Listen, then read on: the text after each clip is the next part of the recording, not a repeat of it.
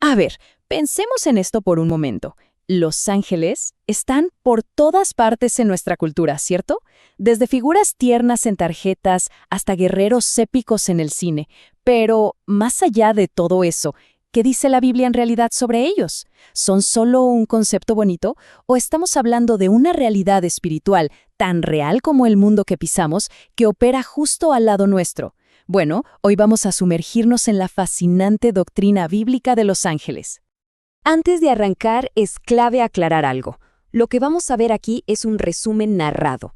Como sínode, que es la Iglesia, nos tomamos muy en serio el estudio profundo de estas doctrinas. Así que para quienes quieran ir más allá, con cada versículo y cada detalle, el estudio completo está en nuestro sitio web.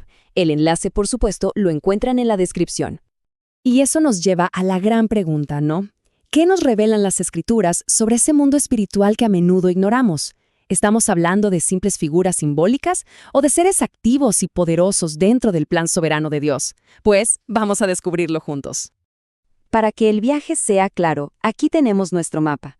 Primero vamos a establecer la realidad de ese mundo invisible. Luego veremos quiénes son y cómo son los seres angelicales.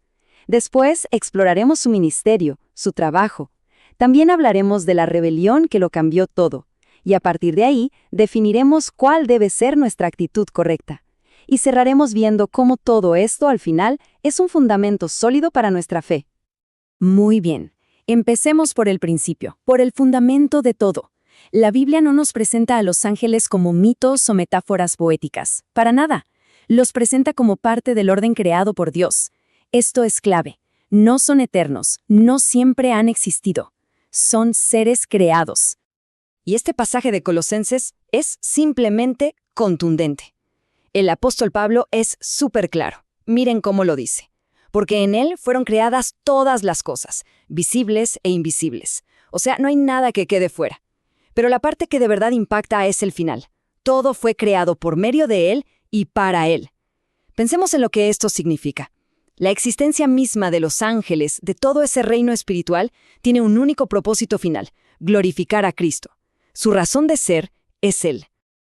Ok, si ya establecimos que son seres creados para Cristo, la pregunta que sigue es, bueno, ¿cómo son exactamente?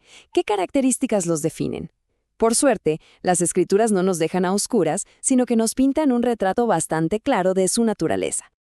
Vamos a desglosar sus atributos. Para empezar, como ya dijimos, son creados, no son coeternos con Dios. Son espíritus ministradores, y esa palabra, ministradores, ya nos dice mucho de su función. Además, son seres personales, no son una energía o una fuerza abstracta. No, tienen intelecto, sienten y tienen voluntad, lo que les permite tomar decisiones. Son increíblemente poderosos, sí, pero ojo, su poder es limitado y siempre está bajo la soberanía de Dios. En su estado original, fueron creados santos, puros. Y por último, son inmortales, no están sujetos a la muerte como nosotros.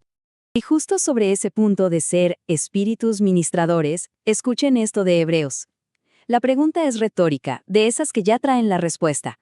¿No son todos espíritus ministradores enviados para servicio a favor de los que serán herederos de la salvación? La respuesta es un sí rotundo. Su misión incluye servir a los creyentes. Pero notemos el detalle. No están a nuestro servicio, sino al servicio del plan de Dios para nosotros. Es una diferencia sutil pero fundamental. Y esto nos deja en la puerta de nuestro siguiente punto. Si son espíritus que ministran, que sirven, ¿en qué consiste exactamente ese servicio? ¿Cuáles son las tareas que Dios les ha encomendado? La Biblia nos muestra varias áreas clave. Su función principal, la número 1, es la adoración constante a Dios. Son los líderes de adoración del universo, por así decirlo. Segundo, son mensajeros, como el ángel Gabriel con María, comunican la voluntad de Dios. Tercero, sirven y protegen a los creyentes. El ejemplo de Pedro siendo liberado de la cárcel es espectacular. Y cuarto, también son agentes que ejecutan los juicios de Dios, demostrando su justicia. Y aquí hay que hacer una pausa porque este punto es importantísimo. Aunque nosotros nos beneficiamos de su ministerio, su enfoque principal no somos nosotros. Es Dios. Su adoración, su obediencia y sus servicios son, antes que nada, para la gloria de Dios. El hecho de que seamos protegidos o guiados por ellos es, digamos, una maravillosa consecuencia de su devoción al Creador.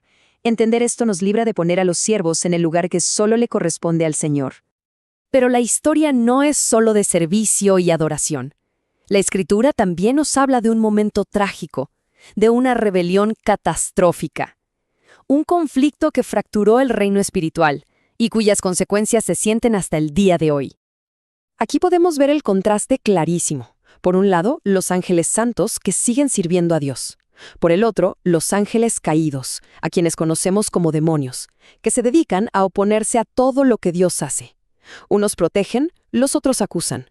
Unos anuncian la verdad, los otros son expertos en la mentira y el engaño. Son, literalmente, dos ejércitos en frentes opuestos. Y quizá alguien esté pensando, bueno, pero esa es una guerra celestial. ¿Qué tiene que ver conmigo? Pues tiene todo que ver. Escuchen lo que nos dice Pablo en Efesios. Porque no tenemos lucha contra sangre y carne. O sea, nuestra verdadera batalla no es contra personas. Es contra principados, contra potestades, contra huestes espirituales de maldad. Reconocer esto cambia por completo cómo vemos nuestras luchas y tentaciones diarias. Entonces, frente a esta realidad tan compleja, la pregunta es inevitable. ¿Y nosotros qué? ¿Cómo debemos responder? ¿Cuál es la actitud correcta y bíblica que debemos tener ante todo esto? La respuesta se puede resumir en una palabra: enfoque.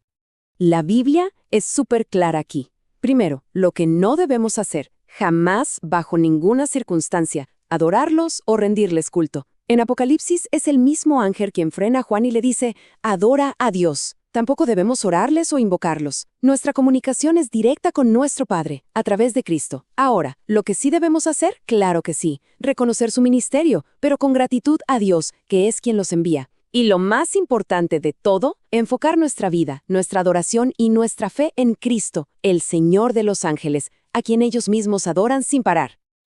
Y así llegamos a la conclusión. ¿Por qué es importante entender todo esto? ¿De qué manera conocer sobre los ángeles fortalece nuestra fe en el día a día? Aquí está el corazón de todo el asunto. Estudiar a los ángeles no debe terminar en una fascinación con ellos. El objetivo es que nos lleve a un asombro todavía mayor por el Dios soberano que los creó, que los comanda y que gobierna sobre todo el universo, lo visible y lo invisible. Nuestra fe se hace más fuerte no por confiar en los mensajeros, sino al confiar en el Rey que envía los mensajes. Y esta es la razón de ser de lo que hacemos como sínodo, la Iglesia. Creemos con todo el corazón que un entendimiento claro y sólido de la palabra de Dios es lo que nos edifica como cuerpo de Cristo. Es lo que afianza nuestra esperanza, no en ideas humanas o filosofías, sino en la revelación de Dios. Por eso, la conversación no termina aquí. La invitación está abierta a seguir profundizando. Esta doctrina es una pieza de un rompecabezas de verdad mucho más grande que encontramos en las Escrituras. Explorar estas verdades es la forma en que crecemos juntos y afianzamos nuestra fe como comunidad. Y para cerrar, queda una pregunta para la reflexión personal. Sabiendo que no estamos solos, que hay una realidad espiritual vibrante a nuestro alrededor, y que todo, absolutamente todo, está bajo el control y el gobierno soberano de Cristo, ¿cómo cambia eso nuestra forma de ver los problemas, de disfrutar las alegrías y de entender nuestro propósito cada mañana al despertar?